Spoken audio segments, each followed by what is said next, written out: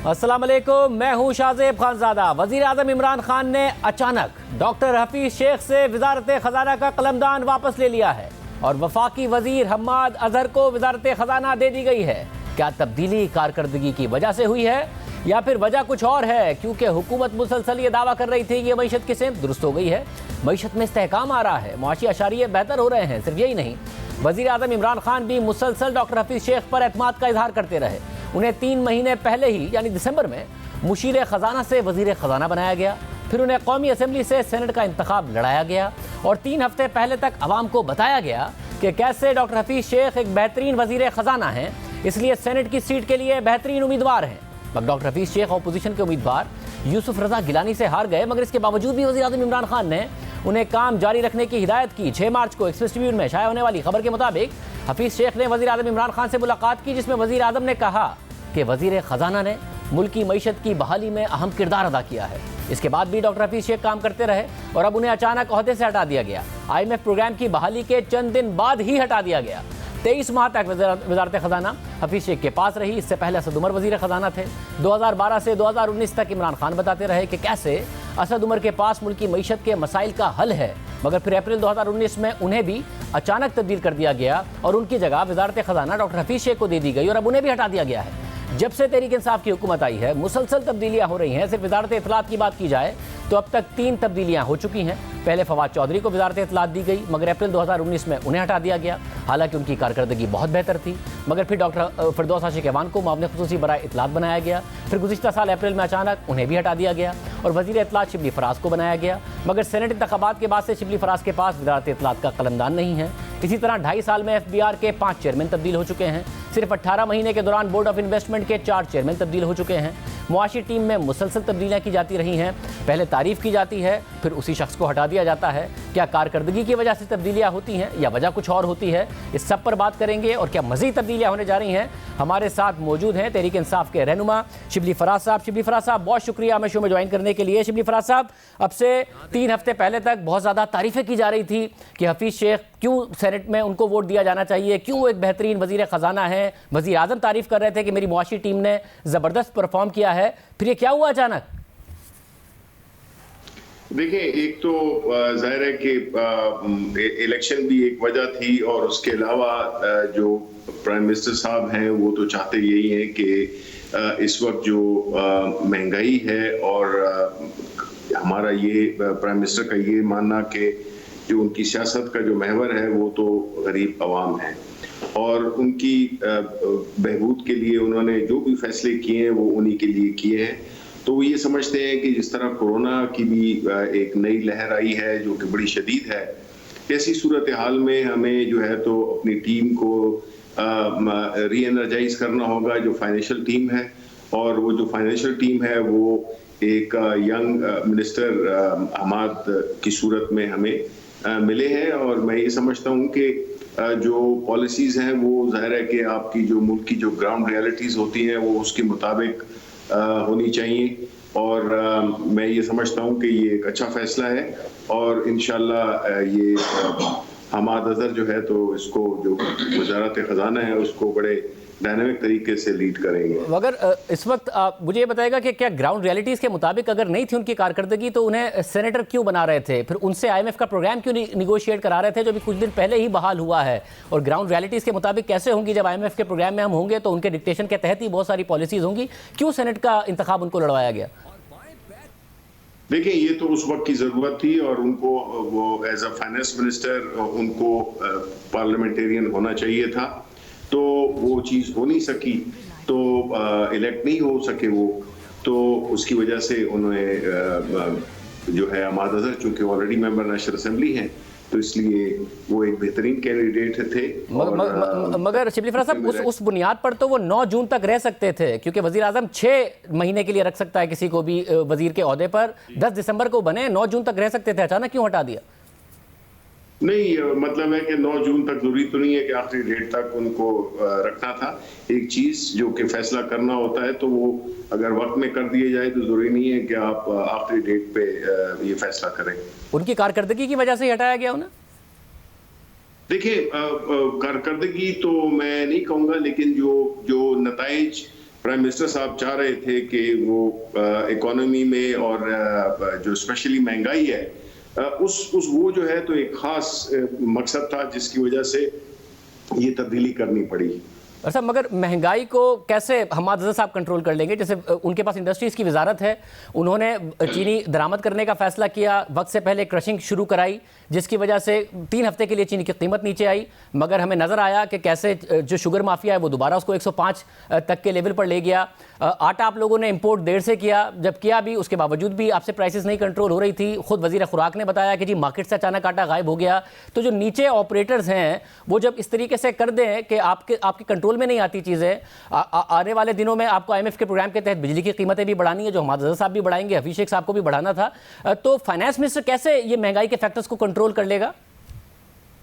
देखिए, जहां तक कि चीनी और आटे की बात है तो देखिए चीनी में आपने देखा है कि जो सट्टाबाजी और जो एक गैंग ऑपरेट कर रहा था जिसपे के FIRs भी कटी हैं और जो लोग इसमें इन्वॉल्व थे, तो बुनियादी तौर पे ये कोई सप्लाई डिमांड का इशू नहीं था, बल्कि वो लोग जो कि अब रमज़ान आ रहा है तो उसको अपनी कीमतें बढ़ाने के लिए उन्होंने एक नेटवर्क था सट्टेबाजों का जिसको कि डिस्कवर किया। तो ये चीजें तो जाहिर है कि वो लोग करते आए हैं और ये इस किस्म के माफियाज पनपते रहे हैं माजी की हुकूमतों में। अब जो है तो जाहिर है कि ये जो हम्माद अज़हर हैं ये इस चीज को देखेंगे, उनका तजुर्बा भी है और वो इस चीज को देखेंगे। वो भी एक इलेक्टेड MNA हैं और उनको अपना हल्का भी है और इन चीजों का इदराक भी है और इन चीजों का एहसास भी है। और सबसे बड़ी बात कि प्राइम मिनिस्टर साहब की जो ख्वाहिश है, क्योंकि उन्होंने देखा है कि गरीबों की जो सिचुएशन है, महंगाई की जो सिचुएशन है, उसको एड्रेस करना हमारे लिए सबसे बड़ी अहम हमारी वो है रिक्वायरमेंट है। अगर बतौर फाइनेंस मिनिस्टर हम्माद अज़हर क्या अलग कर लेंगे? जैसे अब जो PSDP यूटिलाइजेशन है वो इतने माह में सिर्फ 43.8% हुई है। 283 अरब रुपए 286 अरब रुपए आप खर्च कर पाए हैं, टारगेट 650 अरब रुपए का है। असद उमर साहब का बयान है कि नैब भी उसका एक रीज़न है। अब अगर नैब की वजह से आप PSDP एलोकेट हो जाए मगर खर्च आप ना कर पाएँ, नीचे माफियाज की वजह से आप महंगाई ना कंट्रोल कर पाएँ, तो कोई इंडिविजुअल क्या कर लेगा ये चीज़ें तब्दील करके?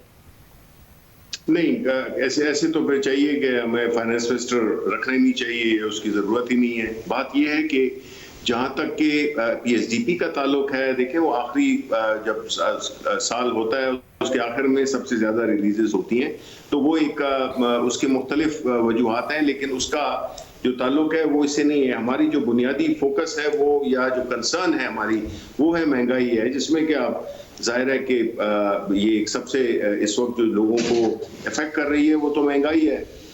वैसा तो महंगाई की वजह तो ज़्यादातर ये कहा जाता है कि जो सूबाई हुकूमतें हैं उनके कंट्रोल्स ठीक नहीं हैं। तो सूबाई हुकूमत में कोई तब्दीली नहीं की। पंजाब हुकूमत में सबसे ज़्यादा जो बड़ा सूबा है वो पंजाब हुकूमत का है, आपने फाइनेंस मिनिस्टर बदल दिया। और जैसे नैब का एक रीज़न दिया है असद उमर साहब ने कि जी नैब रीज़न है। जब अपोजिशन आपके पास आई कि जी ये हमारा ड्राफ्ट है तो आपने उन पर NRO का इल्ज़ाम लगा दिया और बाद में अब नैब आप ही के लिए बड़ा मसला बन रहा है। ये नैब अपोजिशन के लिए बड़ा मसला बना या आपके लिए ज़्यादा बड़ा मसला बन गया है? क्योंकि आज जो पावर मिनिस्ट्री की IPPs के साथ डील हुई है उसके भी जो पैसे नहीं रिलीज़ हो सके, उसका रीज़न भी ये बताया जा रहा है कि जी नैब का खौफ है, वो क्लीन चिट नहीं दे रहा है। तो नैब आपकी हुकूमत के लिए मसला बन गया या अपोजिशन के लिए मसला बनना था? देखिए, इसमें तो कोई शक नहीं है कि जो जिस तरह से ये इस नैब लॉ को बनाया गया है, और जाहिर है कि इसके जिम्मेदार भी हम नहीं हैं, ये तो अपोजिशन पार्टीज को चाहिए अगर वो इत्तेफाक कर लें कि भाई हमने कुछ जिस तरह हमने कहा था कि नैब लॉज हो गए, इलेक्टोरल रिफॉर्म्स हो गए, जुडिशल रिफॉर्म्स हो गए, इस पे अपोजिशन बैठे। अपोजिशन तो सिर्फ अपने चक्कर में, अपने लीडरशिप को बचाने के चक्कर में है। लेकिन टीम का बदलना ये अच्छा होता है, और अगर आप समझते हैं कि एक शख्स जो कि प्राइम मिनिस्टर समझते हैं और हम भी समझते हैं कि हम्माद अज़हर जो है तो वो काफ़ी इफेक्टिव होंगे, उनमें यंग भी हैं और एक्सपीरियंस भी है, तो वो आई थिंक ये इन सारे इश्यूज को वो हल कर लेंगे। साहब हम्माद अज़हर साहब की कॉम्पिटेंस में नहीं सवाल उठा रहा और हम उम्मीद करते हैं कि वो डिलीवर करें, मगर मसला सिर्फ ये हो रहा है कि क्या आप जो तब्दीलियां कर रही हैं वो मेरिट के बुनियाद ही पर की गई है, वो परफॉर्मेंस की बुनियाद पर ही की गई है? क्योंकि परफॉर्मेंस बुरी तो जगह जगह नजर आती है। पंजाब में पंजाब के चीफ मिनिस्टर की नजर आती है, पीएसडीपी अगर खर्च नहीं हो रहा तो सिर्फ नैब पर नहीं डाला जा सकता, इसके ऊपर नजर आती है। पेट्रोल का क्राइसिस आया, हम इस प्रोग्राम में बार बार उठाते रहे मगर एक्शन नहीं लिया गया। फिर एलएनजी का क्राइसिस आ गया, 50 अरब रुपए इन सर्दियों में जाया हो गए, हम बार बार उठाते रहे, नहीं एक्शन लिया गया। फाइनली नदीम बाबर साहब को हटाया गया। तो एक तो वक्त पर एक्शन ना लेना और कारकर्दगी की वजह से एक्शन लेना, ये इस वक्त हुकूमत में नजर नहीं आया है। किसी और वजह से एक्शन हो जाता है, क्योंकि असद उमर साहब को भी फाइनेंस मिनिस्ट्री से हटाया गया और कोई और वजारत दे दी गई थी। फिर एक सेकंड देखिए शाहजेब, बात यह है कि हुकूमतें टीवी प्रोग्राम्स पे नहीं चलती हैं ना, किसी को हटाना, किसी को तब्दील करना जस्ट बिकॉज आपने प्रोग्राम किए हैं उस बुनियाद पे नहीं हटाए जाते। उसकी पूरी कारकर्दगी, उसकी बाकायदा हुकूमतें इस तरह नहीं चलती हैं कि आज आपने प्रोग्राम किया और कल हम उस पर फैसला कर दें कि चूंकि एक प्रोग्राम में ये डिस्कस किया गया है कि जी ये हुआ है तो हम उसको कल तब्दील कर दें। ये शरीफ साहब आपने बिल्कुल दुरुस्त कहा है। नहीं, ये आपने बिल्कुल दुरुस्त कहा है, ये आपने बिल्कुल दुरुस्त कहा है। नहीं बस ये आपने बिल्कुल दुरुस्त कहा है कि प्रोग्राम की वजह से नहीं होना चाहिए, मगर ये भी नहीं होना चाहिए कि जब प्रोग्राम में हकाइक रखे जाएं तो आगे से कहा जाए ये झूठ है, ये प्रोपेगेंडा है और उस शख्स का और पॉलिसी का दिफा किया जाए, मगर एक साल बाद माना जाए। शुगर के हवाले से भी हमने जहांगीर तरीन साहब के हवाले से बहुत किए, तो यही कहा गया कि जी ये झूठ है, प्रोपेगेंडा है, लीगल नोटिस सर्व कराए गए, फिर बाद में माना गया। तो मैं इसलिए कह रहा हूं कि पेट्रोल और उसके बाद एलएनजी, तो वक्त पर लाजमी नहीं है कि हर चीज का गलत बात का दिफा किया जाए। देखिए नहीं शाहजेब, देखिए अगर आपका मकसद है मुझे कठेरे में खड़े करने का तो वो तो मैं एक्सेप्ट नहीं करूंगा। दूसरी बात ये है कि आप नहीं, देखिए ना, आपने एक पूरी चार्जशीट बना दी जिसमें कि आपने कहा कि ये प्रोग्राम किया, ये प्रोग्राम किया, ये प्रोग्राम किया। देखिए हमें वक्त लगता है, हमने ये नहीं करना होता, हमें इन्वेस्टिगेशन करनी होती है, एक कमेटी होती है, उसकी पूरी फोरेंसिक ऑडिट होता है। ये जो चीनी का, ये जो आटे का, ये जो गैस का, पेट्रोलियम का, इसके लिए बाकायदा एक टाइम लगता है। हकाइक तक जानने पे किसी की विम्स पे नहीं किया जा सकता कि पता भी हो लेकिन आप अदालत में मुकदमे क्यों चलते हैं साल साल, इसलिए कि उसकी एक बाकायदा एक तरतीब होती है, आपको एक कुछ मराहिल तय करने पड़ते हैं। तो ये नहीं है, अगर आपको तो क्रेडिट देना चाहिए कि जी चले एक चीज है, अगर आपने एक इशू उठाया था तो उसको गवर्नमेंट ने अपनी पूरी एक उसके साथ जो भी उसकी मराहिल होते हैं उसको अबूर करते हुए एक फैसले पे पहुंचे हैं, तो you should be happy man rather than complaining. वैसे हम तो आपसे कह रहे हैं कि आप एलएनजी की भी इन्वेस्टिगेशन कर लीजिएगा, आपको उसके भी हकाइक नजर आ जाएंगे जिस तरीके से चीनी की इन्वेस्टिगेशन की नजर आए, मगर साथ में फिर ये भी बता दीजिएगा क्या और भी तब्दीलियां हो रही हैं? आपके हवाले से खबर आ रही है कि आपको पेट्रोलियम की वजारत दी जाएगी। देखिए मुझे तो मैं तो प्राइम मिनिस्टर साहब का एक वो हूँ, टीम का एक अदना सा खिलाड़ी हूँ, तो जो भी वो डिसीजन करेंगे मुझे एक्सेप्टेबल है। मुझे तो अगर प्लेन सेनेटर भी मैं पार्लियामेंट में बैठूं तो मैं तो अपनी जो भी मैं करता रहा हूं और कर रहा हूं मैं ये करता रहूंगा। अच्छा, मगर आपका अभी तक इंफॉर्मेशन मिनिस्ट्री के हवाले से आपका अभी तक हेल्प नहीं हुआ, क्योंकि जब पहले फवाद चौधरी साहब को हटाया गया उनकी कारकर्दगी अच्छी थी, बतौर इंफॉर्मेशन मिनिस्टर आपकी कारकर्दगी भी अच्छी थी, वो अचानक तब्दील हो जाता है तो इसलिए पता नहीं चलता कारकर्दगी की वजह से हो रहा है या काबीना के अंदर ही कुछ इंटरनल पॉलिटिक्स होती है जिसका डॉक्टर हफीज शेख भी शिकार हो गए। शाहजेब आपको पता है कि इंफॉर्मेशन मिनिस्ट्री बहुत ही टफ मिनिस्ट्री है, मेरा ख्याल है कि इससे ज्यादा टफ मिनिस्ट्री कोई है ही नहीं। तो मेरा ख्याल है कि एक इंफॉर्मेशन मिनिस्ट्री की जो शेल्फ लाइफ होती है वो 1 साल से ज्यादा नहीं होनी चाहिए। तो आप कह रहे हैं आपकी वो शेल्फ लाइफ पूरी हो गई है, अब कोई और आना चाहिए वज़ीर तकरीबन। अच्छा, मगर साथ साथ ये बताइएगा सिर्फ हमाद अजहर साहब की तब्दीली है या मुआशी टीम में और काबीना में और तब्दीलियां भी वज़ीर आज़म करने का इरादा रखते हैं? देखिए जी, जो मेरी इतलात हैं उसके मुताबिक और भी तब्दीलियां होंगी और मेरा ख्याल है कि ये इंशाल्लाह अगली कैबिनेट इजलास जो है जो कि जुमेरात को है तो उससे पहले जो है तो ये जो तब्दीलियां हैं वो मुकम्मल हो जाएंगी। बहुत शुक्रिया शिबली फराज साहब की गुफ्तगू आपने सुनी। मजीद भी काबीना में तब्दीलियां होंगी, जुमेरात तक पता चलेगा। प्रोग्राम में ब्रेक शामिल करते हैं, कोरोना पर बात करें। सिर्फ 6 दिन बाद पीपल्स पार्टी ने फैसला करना है कि वो असेंबलियों से इस्तीफे देगी या नहीं, मगर 5 अप्रैल के फैसला कुन दिन से पहले ही नून लीग और पीपल्स पार्टी खुलकर एक दूसरे के सामने आ गए हैं। नून लीग ने वादे तौर पर कह दिया है कि पीपल्स पार्टी को एस्टैब्लिशमेंट की हिमायत हासिल है। मरियम नवाज ने पीपल्स पार्टी को पैगाम दिया कि अगर आपको सिलेक्ट होना है, ताबेदारी करनी है तो इमरान खान की तरह खुलकर करें, कभी ऑपोजिशन कभी हुकूमत, ये नहीं हो सकता। खुलकर तस्लीम करें कि आपने बाप के अहकामात माने हैं। जबकि बिलावल भुट्टो ने भी एक वाज़ेह पोजीशन ली और कहा कि हम किसी एक जमात का डिक्टेशन नहीं लेंगे। नून लीग हौसला रखे, पानी पिए, लंबी सांस ले। साथ ही बिलावल भुट्टो ने पंजाब में तहरीक अदम एतमाद के हवाले से कहा कि उन्हें इस मामले पर शहबाज शरीफ और हमजा शहबाज से मस्बत रद्द अमल मिला। जबकि मरियम नवाज ने कहा कि आसिफ जरदारी ने यह ऑफर दी थी कि इमरान खान बुज़दार को सपोर्ट करते हैं और सिलेक्टर्स चाहते हैं कि पंजाब में तब्दीली लाएं, इसलिए नून लीग माने तो वो पंजाब में तहरीक अदम-ए-एतमाद ले आएंगे। इस पूरी सूरत हाल पर बात करेंगे नून लीग से शाहिद खान अब्बासी साहब और पीपल्स पार्टी से कमरुज़्ज़मा कायरा साहब हमारे साथ मौजूद होंगे। कायरा साहब, पहले आपसे, कायरा साहब, बिलावल भुट्टो जरदारी साहब ने इशारा दिया कि leader of the opposition national assembly और leader of the opposition Punjab यानी कि हमजा शहबाज और शहबाज शरीफ साहब इस बात के लिए राजी थे कि पंजाब में तब्दीली आए, मगर मरियम नवाज साहिबा कह रही है कि जरदारी साहब ने कहा कि सिलेक्टर्स भी हटाना चाहते हैं, इमरान खान बुज़दार को नहीं हटाना चाहते, इसलिए नवाज शरीफ साहब ने मना कर दिया। ये क्या मामला है? शाहजेब, मैं तो खैर इन बातों का प्रिवी नहीं हूँ, मेरे इल्म में नहीं है कि ये वो किस बात को किस तरह रेफ़र कर रहे हैं। लेकिन एक बात तो बहरहाल है कि इस मुल्क के सारे लोग इस हुकूमत से और बिलखसूस पंजाब के अवाम अपनी हुकूमत से इस वक्त शदीद तंग है, इसलिए कि वहाँ बैड गवर्नेंस की इंतहा है, महंगाई है कि उसको रोकने वाला कोई नहीं है, सफाई का निज़ाम नहीं है, हेल्थ की फैसिलिटीज़ का प्रॉब्लम आया हुआ है, और जो लीडर वहाँ पे है उसके ऊपर तो सबका इत्तेफाक है। आप सारा मीडिया भी कहता था, लोग भी कह रहे थे, हम भी समझते हैं कि जो पसे पर्दा लोग हैं वो भी समझते हैं कि इस तरह के नाहल लोगों को लाके तो आप काम नहीं चला सकते। ये तो बहुत सारे प्रोग्राम इस पे हुए, तो इस पे तो कोई ये न्यूक्लियर साइंस वाला इशू नहीं है, लेकिन मैं इन बातों का प्रीवी नहीं हूँ, मुझे इसकी डिटेल का नहीं पता। साहब, अगर नवाज शरीफ साहब नहीं मान रहे तो फिर आप हमजा शहबाज और शहबाज शरीफ साहब से ही राब्ता करेंगे कि चलें इन हाउस चेंज करते हैं पंजाब में? नहीं, हमजा शहबाज साहब से या शहबाज शरीफ साहब से जी नहीं। पहले बात तो यह है कि हमें मुस्लिम लीग से बात करनी है, जो भी उनकी क़यादत है, जो भी उनके लीडर्स हैं। हमजा शहबाज साहब से बात हम इसलिए करेंगे, हमारी पार्लिमानी पार्टी जो है अगर वो अपने लीडर ऑफ द अपोजिशन से बात करेगी पंजाब के हवाले से, लेजिस्लेशन में, असम्बली में तावन में, किसी तब्दीली की सूरत में, तो नेचुरली वो लीडर ऑफ द अपोजिशन से बात करेगी जो हमजा साहब हैं। और अगर मरकज़ में बात करेंगे तो वो मियाँ शहबाज शरीफ साहब हैं, और अगर पार्टी लीडर से बात करेंगे तो वो मियाँ नवाज शरीफ हैं और मरियम नवाज शरीफ साहब है, तो उसमें कोई शक वाली बात नहीं है। मगर बातचीत से बात आगे नहीं निकल गई है, आपकी तहरीक है हुकूमत में इदारों की मुदाखलत के खिलाफ सिस्टम में, मगर मरियम नवाज साहिबा आपके खिलाफ ये इल्ज़ाम लगा रही हैं कि अगर आपको सिलेक्ट होना है, ताबेदारी करनी है, तो इमरान खान की तरह खुलकर करें, कभी ऑपोजिशन और हुकूमत ये नहीं हो सकता। मेरा ख्याल है कि ये मुनासिब नहीं है मैं उनको इस तरह जवाब दूं या वो ये बातें कहें।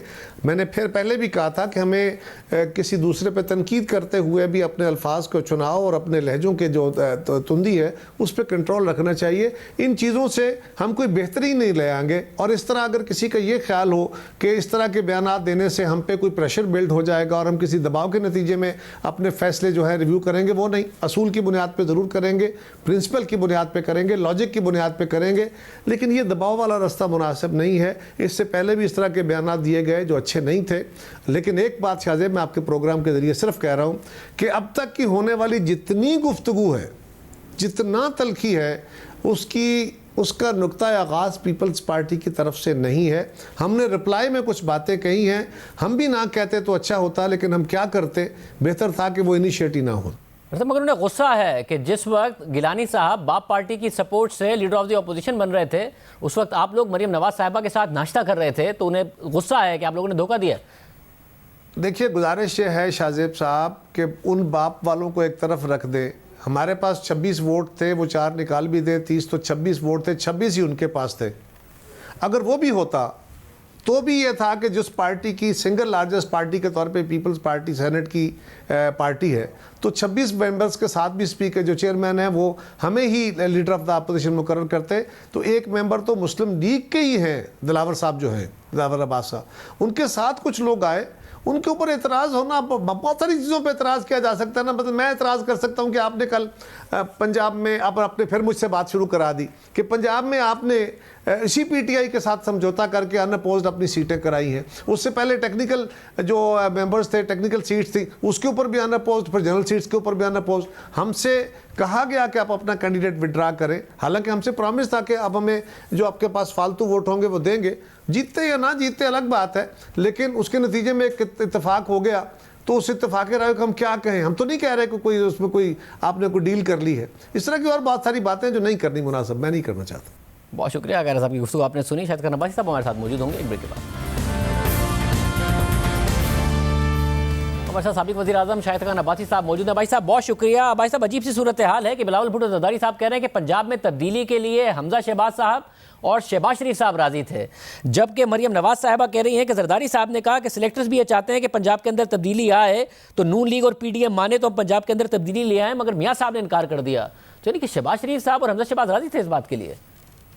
नहीं, ऐसी कोई बात नहीं है। ये बात 2-3 दफ़ा पीपल्स पार्टी ने की है और पब्लिकली भी की है, और हमारा हमेशा मौक़िफ़ ये रहा है कि हम किसी ऐसी अदम एतमाद के ज़रिए तब्दीली करके और किसी को साथ मिलाकर वहाँ हुकूमत कायम करने के हक़ में नहीं है, क्योंकि हम तो इस निज़ाम को बदलने की बात कर रहे हैं, हम निज़ाम का हिस्सा बनने की बात नहीं कर रहे।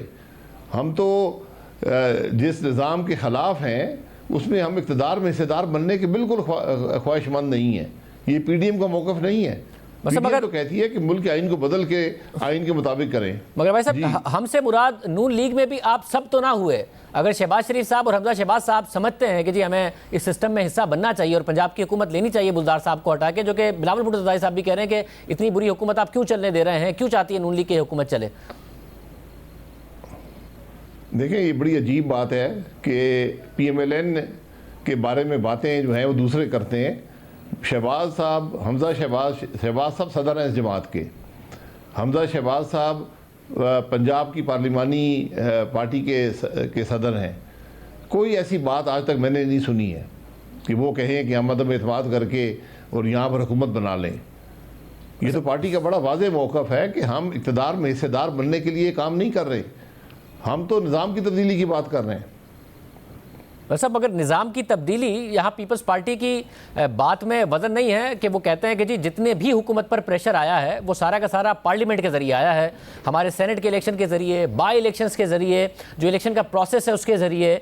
तो पंजाब में भी अगर बुज़दार साहब को हटाया जाता है तो हुकूमत पर बहुत ज़्यादा दबाव आएगा, मरकज़ी हुकूमत नहीं रह पाएगी। देखिए, बात हुकूमत की नहीं है। हम असूल तोड़ कर जो हमारा बयानिया है कि हम इस निज़ाम को कबूल नहीं करते, ये गैर जमहूरी गैर आइनी चीज़ों को कबूल नहीं करते, तो हमें ये बाप के लोग तोड़कर लीडर्स अपोजिशन की कुर्सी हासिल करके हमें इस किस्म की बातों में नहीं पड़ना चाहिए। ये तो हम पहले दिन से कह रहे हैं कि हम कोई ऐसी बात नहीं करना चाहते जिससे डील की बू भी आए। यहाँ पर अदम एतमाद को जो निज़ाम है वो मैं भी जानता हूँ, आप भी जानते हैं, इस्टेब्लिशमेंट बगैर मुमकिन नहीं है। मैं इस असेंबली में चंद लोगों में से हूँ जिन्होंने अदम एतमाद में हिस्सा लिया है, और मैं जानता हूँ कि मुमकिन नहीं है जब तक इस्टेब्लिशमेंट आपके साथ ना हो। मगर फिर हम तो कोई डील करके इक़्तिदार नहीं चाहते। मगर भाई साहब, अगर पीपल्स पार्टी खुद कह रही है कि जी फिर परवेज़ इलाही का भी रास्ता हो सकता है, और अगर परवेज़ इलाही साहब का रास्ता होगा तो आपको अच्छी तरह इल्म है कि वो सपोर्ट के बगैर नहीं होगा। अगर आप बाप पार्टी का इल्ज़ाम लगा रहे हैं पीपल्स पार्टी पर, तो कॉन्फिडेंस रह क्या गया है या आपकी उम्मीद रह क्या गई है 5 अप्रैल के पाकिस्तान पीपल्स पार्टी के इजलास से? क्या एतमाद है आपका उन पर? देखें, वो अपना फैसला कर ले। उन्होंने अपनी CEC बुलाई है एक मकसद के लिए कि PDM कह रही है कि इस्तीफे दें, वो वहाँ पर फैसला कर लेंगे। मुझे तो बहुत दुख हुआ जो कि हमने बाप पार्टी के हुकूमत के बेंचेस से लोग पकड़ कर अपोजिशन के बेंचेस पर बिठाए और उनकी बल बोते पर हमने कहा जी हम लीडर ऑफ अपोजिशन बन रहे हैं। ये तो बहुत घाटे का सौदा है। आप देख लें कि 57 मेंबर आज सेनेट के अंदर अपोजिशन बेंचेस पे बैठे हैं। फिर तो मैं ये कहना चाहता हूँ और मैं कहूँगा कि फौरी तौर पे अदम एतमाद किया जाए और यूसुफ ज़र गिलानी साहब से जो इलेक्शन चोरी हुआ था उनको वापस दिलाया जाए और वो सेनेट चेयरमैन की सीट पर बैठे। मेरी ख्वाहिश तो ये है, अगर 57 मेंबर हमारे पास वाकई मौजूद हैं। तो ये एक अजीब सा तमाशा जो हमने अपना लगा लिया है कि अपोजिशन की कुर्सी पर भी आज इस्टेब्लिशमेंट मौजूद है, तो फिर क्या बनेगा मुल्क का। भाई साहब, अपने पॉलिटिकल एक्सपीरियंस की बुनियाद पर बताइए, आपको उम्मीद है कि पीपल्स पार्टी 5 अप्रैल को इस्तीफों का फैसला कर लेगी या फिर पीपल्स पार्टी गोइंग फॉरवर्ड आपकी PDM का हिस्सा रहेगी? अगर वो सियासी जमात हैं, अगर वो सियासी मुस्तकबिल के बारे में सोच रहे हैं तो वो यकीनन इस पर सही फैसला करेंगे। लेकिन जो कुछ सेनेट के अंदर हुआ उसने कम से कम मुझे तो बड़ा पेसिमिज्म है उनके फैसले के बारे में। अगर वो इतनी छोटी सीट के लिए इतना बड़ा सौदा कर सकते हैं तो फिर वो इस्तीफ़ा देना तो बहुत दूर की बात है उनके लिए। लेकिन फिर भी मैं उम्मीद है कि PDM के बयानिए के लिए, जो मुल्क के निज़ाम की तब्दीली के लिए है, जो मुल्क की तरक्की के लिए है, मुझे उम्मीद है वो बेहतर फैसला करेंगे और कम से कम ये जो गलती उनसे हुई है सेनेट के अंदर, इस गलती को धोएंगे। बहुत शुक्रिया शहद खान अब्बासी साहब हमारे साथ मौजूद थे। प्रोग्राम में एक ब्रेक शामिल करते हैं और आप पर बात करेंगे। कोरोना की तीसरी लहर में शिद्दत आती जा रही है, केसेस में मुसलसल इजाफा हो रहा है और मुल्क की अहम शख्सियात भी इसकी लपेट में आ गई हैं। वज़ीर आज़म इमरान खान के बाद अब सदर आरिफ अलवी और वजीर दिफा परवेज खटक भी कोरोना से मुतासिर हो गए हैं। सदर आरिफ अलवी ने कोरोना टेस्ट मस्बत आने की तस्दीक करते हुए अपनी ट्विटर पैगाम में कहा कि मुझे वैक्सीन की पहली खुराक लग चुकी थी, मगर एंटीबॉडीज दूसरी खुराक के बाद बनना शुरू होती हैं, जो मुझे 1 हफ्ते में लगनी थी। ये बड़ी अहम बात है, ये बड़ा अहम पैगाम है, इसलिए आप सब वैक्सीन ज़रूर लगवाइए। दूसरी जानिब मुल्क भर में मुसलसल 4 रोज़ से रोज़ाना 4000 से ज़ायद केसेस रिपोर्ट हो रहे हैं। गुज़िश्ता 24 घंटों के दौरान 4525 नए केसेस रिपोर्ट हुए हैं और मस्बत केसेस की शरह 11.2% तक पहुंच गई है। गुज़िश्ता 24 घंटों के दौरान कोरोना से 41 अमवात रिपोर्ट हुई हैं। मस्बत केसेस की शरह सबसे ज़्यादा पंजाब, खैबर पख्तूनख्वा और इस्लामाबाद में रिपोर्ट हुई है। NCOC के मुताबिक पेशावर में मस्बत केसेस की शरह 22%, लाहौर में 17%, रावलपिंडी में 15% और फैसलाबाद में 15% है, जिसकी वजह से सख्त इकदामात भी इन इलाकों में जहां पर ये रेट ज़्यादा है किए जा रहे हैं। हमारे साथ doctor Qaiser Sajjad, general secretary Pakistan medical association मौजूद। डॉक्टर साहब बहुत शुक्रिया। डॉक्टर साहब, आपने ये कहा कि केसेस अंडर रिपोर्ट भी हो रहे हैं, ये बताइएगा आप भी समझते हैं कि जो दूसरी लहर थी कोरोना की और जो पहली भी लहर है उससे भी ज़्यादा संगीन मामला है इस वक्त? जी हाँ, ये बिल्कुल ये बात दुरुस्त है कि ये पहली दूसरी वेव से ज़्यादा थर्ड वेव खतरनाक है। उसकी वजह ये है कि इस थर्ड वेव में पहले वेव की जो वेरिएंट थे कोरोना के, सेकंड वेव की जो वेरिएंट थे, उसके साथ जो यूके वेरिएंट्स आ गया है, ये मिलके एक नई शक्ल सारा इख्तियार कर गया। सारे वेरिएंट्स इस वक्त मौजूद हैं तीनों, और सबसे ज़्यादा जो मुश्किलात का सामना करना पड़ रहा है वो है यूके वेरिएंट्स, क्योंकि वो बहुत तेज़ी से एक से दूसरे में फैल जाता है। तकरीबन उसकी जो कुव्वत होती है वो तकरीबन 60 to 65% बहुत ज़्यादा तेज़ी से एक से दूसरे में ये मुंतकिल हो जाता है कोरोना वायरस। लिहाजा मैं समझता हूँ कि ये एक सीरियस मामला है, और इसके अंदर जो सीरियसनेस सबसे ज्यादा है वो ये है कि ये बच्चों को, खासकर 10 साल से कम उम्र के बच्चों पे ये अटैक करता है, उनको बीमार करता है। लेकिन अच्छी बात ये है कि वो बच्चे ज्यादा सीरियस बीमार नहीं होते हैं। लेकिन इसमें बुरी बात ये है कि ये बच्चे घर लेके जाते हैं और अपने एल्डर्स को ये बीमार करते हैं, लाइक के दादा दादी, नाना नानी और अपने पेरेंट्स को, जो बूढ़े बाप होते हैं, उनको ये बीमार करते हैं। वैसे अगर अब क्या किया जाए, अवाम हुकूमत के कहने के बावजूद SOPs पर अमल नहीं कर रहे, एहतियात नहीं कर रहे हैं, वैक्सीनेशन में हमारा मुल्क बहुत पीछे है, तो किस तरीके से कंट्रोल किया जाए इसे? देखें, इसमें बार बार हम कह रहे हैं कि हुकूमत को सिर्फ बोलना नहीं है, हुकूमत को अमल दरामद कराना है SOPs पे। अगर आप सिर्फ कहते रहेंगे तो ये काम चलेगा नहीं। दूसरी बात यह है कि तकरीबन 70 से 75% आवाम को, आपकी पॉपुलेशन को वैक्सीनेट करना पड़ेगा, और एज अर्ली एज पॉसिबल उनको वैक्सीनेट करना पड़ेगा, जितनी जल्दी हो सके। वैक्सीन का ये हाल तक हमें जो डोनेशन वैक्सीन मिली है हम उसी पे बात किए हुए हैं। हमने अब तक खरीदी वैक्सीन अभी नहीं मंगवाई है पाकिस्तान में, और वो वैक्सीन आपको शायद बताऊं कि 60 साल से कम उम्र के जो हेल्थ वर्कर्स हैं हमारे, उसकी हुकूमत पाकिस्तान ने वैक्सीन लगाना बंद कर दिया, उनकी रजिस्ट्रेशन बंद हो गई है। और रजिस्ट्रेशन का अमल भी इतना मुश्किल कर दिया गया है कि लोग 1166 पे उसको रजिस्टर कराते हैं, उसको कोड हासिल करते हैं, तभी वैक्सीन लगता है। लेकिन उसमें भी 60 साल से ज्यादा उम्र के लोगों को बहुत परेशानी है, डिफरेंट मैसेजेस आते हैं और वैक्सीन नहीं लगता है। तो मैं समझता हूं कि ये हुकूमत को बहुत आसान करना पड़ेगा, और उसके लिए जरूरी है कि आप सिर्फ शनाख्ती कार्ड के ऊपर लोगों को वैक्सीन लगाइए। बहुत शुक्रिया, बहुत शुक्रिया। कोरोना फैल रहा है, एहतियात कीजिए, मास्क पहनिए और वैक्सीन लगवाइए। इजाज़त दीजिए, अल्लाह हाफ़िज़।